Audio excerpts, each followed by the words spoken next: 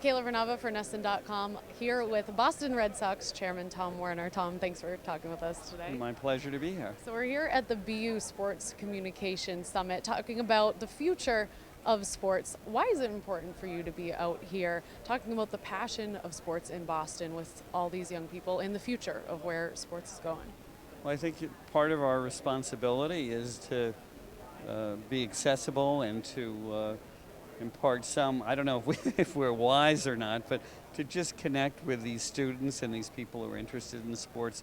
A lot of these people want to have a career in sports. So it's a way of interacting with our fans and being open to talk about our stories. And I had fun today because I talked about playing hockey with Charlie Jacobs and having a fight with him at Fenway Park on the ice. But to be serious about it, I think that there's a lot of exciting talent here and people who want to grow up and become involved in sports, either in the business operations or the sports part of our industry. So it's exciting.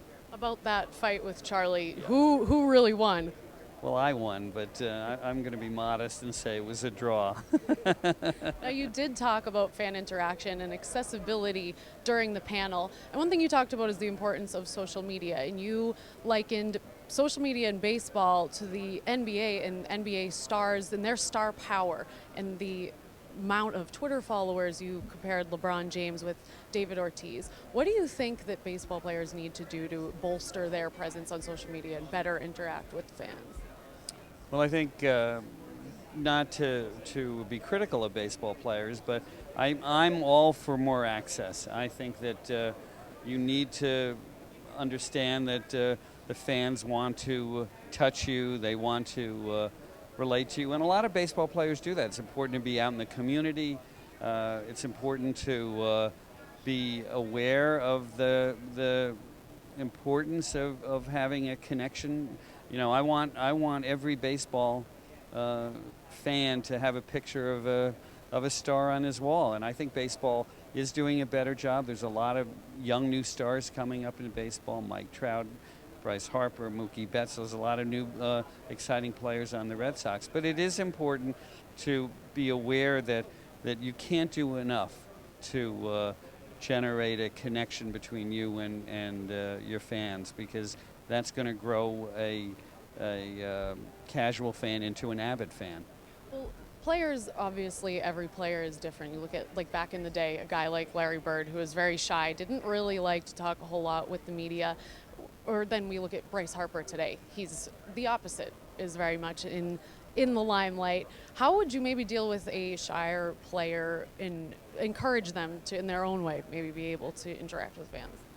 Well, you can't ask someone who's essentially shy to become gregarious, but you can encourage authenticity. And you know, when we had that debate about Jose Bautista throwing his bat, that he was in the moment there, and it was an expression of enthusiasm. So I'm for encouraging that kind of display. It's unique, it's authentic.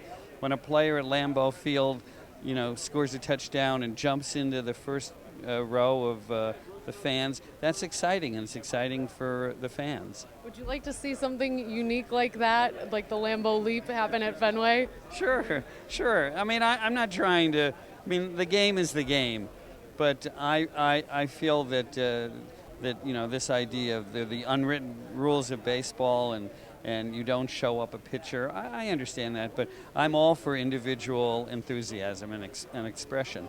Well, turning more to the game, player safety was another topic touched on today. And Charlie Jacobs said in hockey he envisions different protocols, new protocols maybe going forward. Do you think there will be any new protocols in baseball coming up? Well, safety in hockey obviously is a little bit different than baseball. We have to make sure that the helmets are you know, as safe protection as possible. One of the things that I've been reading about is that, you know, in little leagues, the coaches often wear out a child's arm by throwing too many innings. So I think it's important to protect young players as they grow up through little leagues, through the minor league system, and make sure that their bodies are not being worn out. And we're seeing that it's important, as I said during the panel, to make sure that the health of a player is such that he can play as many games as possible. So we all have to do a good job in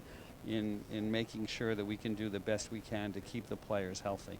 And another topic discussed was the place of women in sports and growing interest of women wanting to be working in sports. But I'm curious as far as female fans. Do the Red Sox do anything specifically to cater to female fans?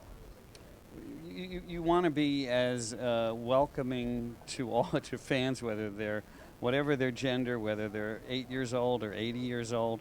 You know, one of the things that we care about is that it's a silly thing, but it's not a silly thing. It's a back of the house thing. But we want to get more restrooms for fans. We want to make sure that there's as many amenities as possible so that whoever is coming to the ballpark is comfortable. But the most important thing is to be aware that in a diverse society, you've got to have a diverse fan base. So we do have initiatives for trying to bring more Hispanics to Fenway Park, more African Americans to Fenway Park, more children to Fenway Park, more women to Fenway Park, because everybody's a potential ticket holder.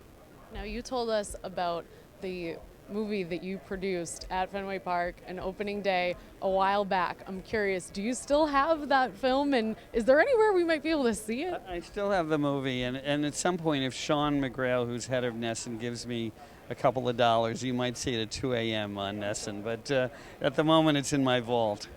Tom Werner, I really appreciate your time. Thank you for talking with us. Thank you.